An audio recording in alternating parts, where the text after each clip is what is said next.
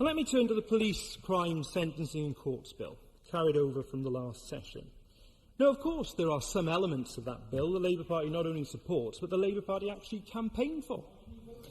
The honourable members for Rhondda and Halifax on the Protectors legislation to increase the maximum sentence for assaults on emergency service workers. The Home Secretary boasted about increasing that to 2 years of the dispatch box. The government could have done that 3 years ago and wouldn't do it when they were asked to do so by my honourable friends. Indeed, we believe the government should actually now look at protecting the pandemic heroes and extend protections to shop workers as well as other vital frontline workers and social care staff.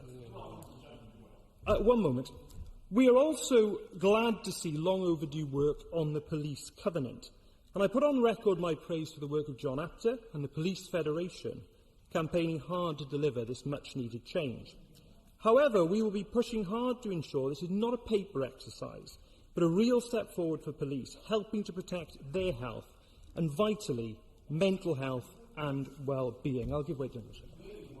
Gentleman was asleep during the local elections when we won 10 more police and crime commissioners, showing that the general public view us as tough on crime. But if he's going to stand there and say that we are not supporting our frontline workers, when we said that we would be tougher on sentences, why did his party vote against it? Why didn't they say they would take it to committee and reform it, or at least come up with a sensible idea rather than carping from the side? First point, just like I will listen to voters in parts of England, I hope he will listen to the voters in Wales, where we won 3 of the 4 police and crime commissioners, and actually a Labour government in Wales achieved the best result in elections since the advent of devolution, showing that Labour in power actually works. And he scoffs at the voters of Wales. I think he should seriously look at the message that they are sending to him.